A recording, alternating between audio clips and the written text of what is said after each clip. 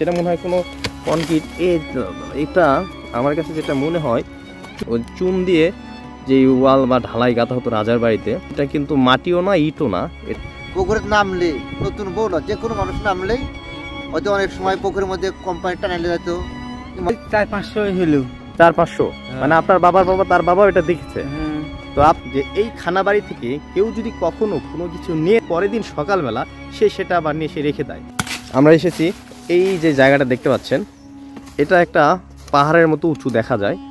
অনেকে বলে যে এখানে কোনো রাজপ্রাসাদ ছিল, কেউ বলে এখানে একটা মসজিদ ছিল যেটা জিনারা এক রাতে বানাইছে, এরকম কথা এই এলাকায় পুলিশ চালিত রয়েছে। এর নিচে অনেকে বলে একটা শহর থাকতে পারে যেটা আজ থেকে আরও 1000 বছর পুরনো হতে পারে। এখানে খুঁড়ো দেখি আমরা আসলে কি ইট বের হয় কিনা।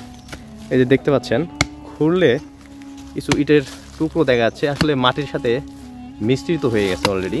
হ্যাঁ, আমি আপনাদের দেখাচ্ছি, দেখি দেখেন, দেখি ওই ইটটা হাতে নাও তো, দেখি এই যে দেখুন ইটের যে শক্তি, এটা স্ট্রং যেটা সেটা চলে গেছে, অর্থাৎ বরাবর ইটটা আবার মাটির মতো শেপ না শুরু হয়ে গেছে। এটা কিন্তু একটা ইট, আপনি দেখলে বুঝতে পারবেন আসলে এই ইটগুলো কত বছর বা শত হাজার বছর পুরনো।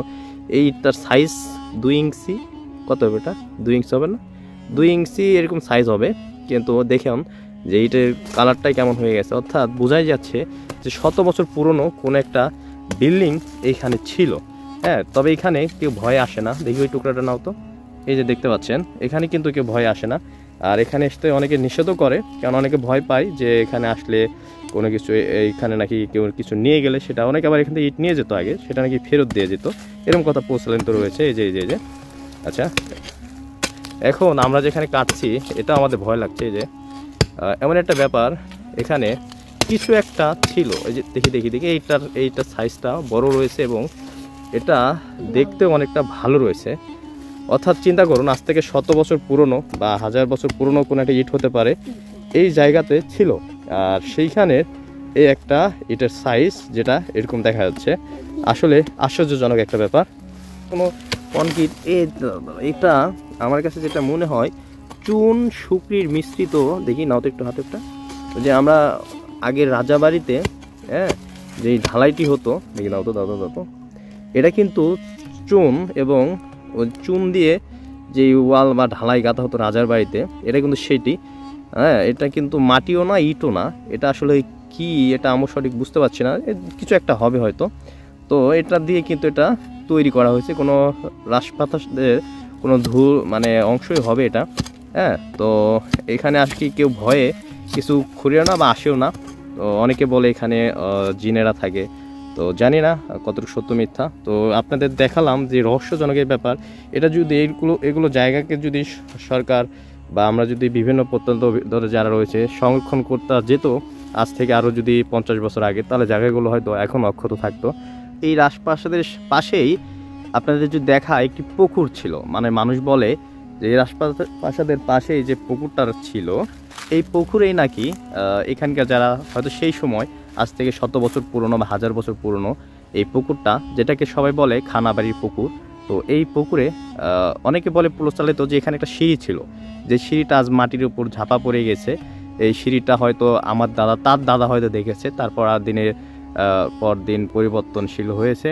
এখন এই পুকুরে এমন একটা অবস্থা যে মানুষ বলে আগে নতুন বউ যখন এখানে গোসল করতে নামতো তাকে আর উঠতে দিত না, এরকম একটি কথা প্রচলিত রয়েছে। কতটুকু সত্য জানি না, মানে এখানে দিনের বেলাও কেউ আসে না। আপনারা পরিত্যক্ত একটা ব্যাপারটি দেখলে বুঝতে পারবেন যে, তো আজও সাক্ষী দিচ্ছে, যুগের পর যুগ সাক্ষী হয়ে দাঁড়িয়ে রয়েছে এই একটি ধ্বংসস্তূপ, যেটা আপনাদের দেখালাম।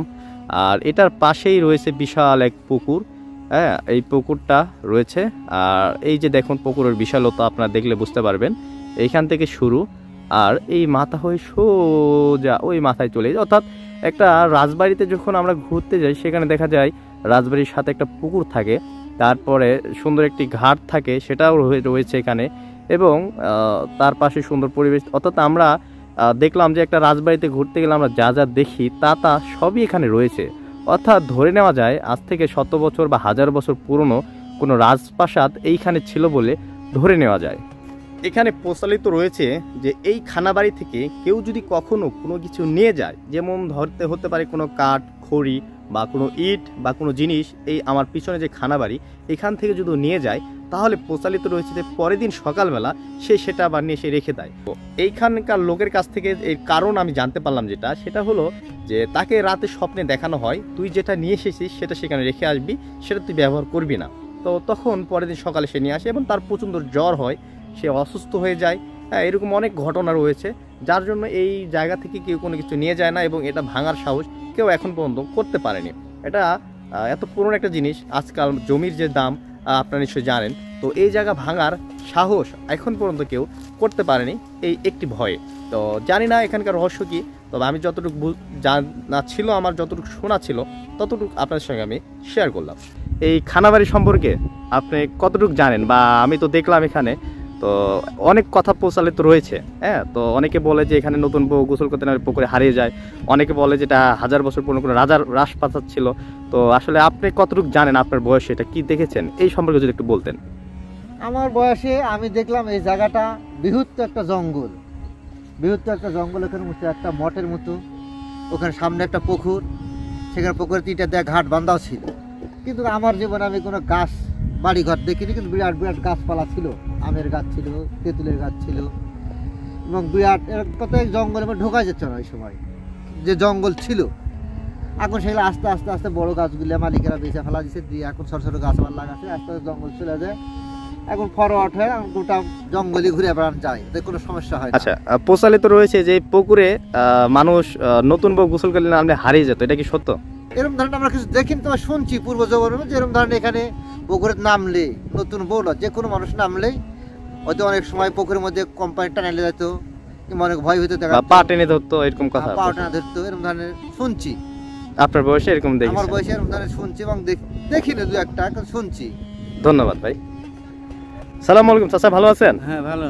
আচ্ছা চাচা, আমি আপনাদের খানাবাড়িতে ঘুরতে আসছিলাম। তো হ্যাঁ। খানাবাড়ি সম্পর্কে অনেক কথাই প্রচলিত রয়েছে। হ্যাঁ হ্যাঁ, তো এই আপনি মুরব্বী লোক, তো আপনার বয়সে এই খানাবাড়ি সম্পর্কে আপনি কি জানেন বা এটা কত পুরনো, এটা কি বলতে পারবেন? 500 ওই 400-500 হলো। 400-500? মানে আপনার বাবার বাবা, তার বাবাও এটা দেখেছে। হ্যাঁ, তো আপনার বয়সে এই জায়গা সম্পর্কে কি জানেন, কি দেখেছেন? তেমন কিছু জানি না, আছে ভালোই ঢিপ আছে, আগে বাড়িঘর ছিল, বাড়িঘর ছিল এখানে পুরানো? পুরাতন বাড়িঘর, এখন আর নাই, যুগের পরিবর্তন, সব মাটির নিচে চাপা পড়ে গেছে। চাপা পড়ে গেছে। তো এই জায়গাতে কি রাজপ্রাসাদ ছিল না কি ছিল? হ্যাঁ, বাসা বাড়ি আসলো তো। বাসাবাড়ি? আচ্ছা, বাসাবাড়িটা কি রাজপ্রাসাদ? আমি যে ইটগুলো দেখলাম 2 ইঞ্চি এরকম হবে, তো মসজিদ ঘর ছিল, মসজিদ আগের জামানায় মসজিদ ছিল। এখন হয়ে গেছে হলো ঢিপ। ঢিপ এখন ভেঙে স্তূপ হয়ে ওখানে একটা ঢিপ হয়ে গেছে। আচ্ছা, ওটা তো কেউ এখন পর্যন্ত ভাঙার কোনো আপনার সাহস করতে পারে নাই, এর কারণ? ভাঙতে পারবে না। কেন? মানে ওটা ভাঙতে গেলে সমস্যা দেখা দেয়? সমস্যা আছে। এই বাধাটা কারা দেয়? অদৃশ্য কোনো শক্তি? হ্যাঁ, শক্তি লাগবে। এখন মানুষ আর সেরকম আগলে মানুষ আর শক্তি সমতুল্য মানুষ নেই, এখন ভয় করে ভাঙার জন্য, যে ভাঙলে কোনো ক্ষতি যদি হয়। আমাদের এই মুরব্বী চাচা যতটুকু জানে এই বাড়ির সম্পর্কে, খানাবাড়ি সম্পর্কে, তিনি ততটুকু বলেছে।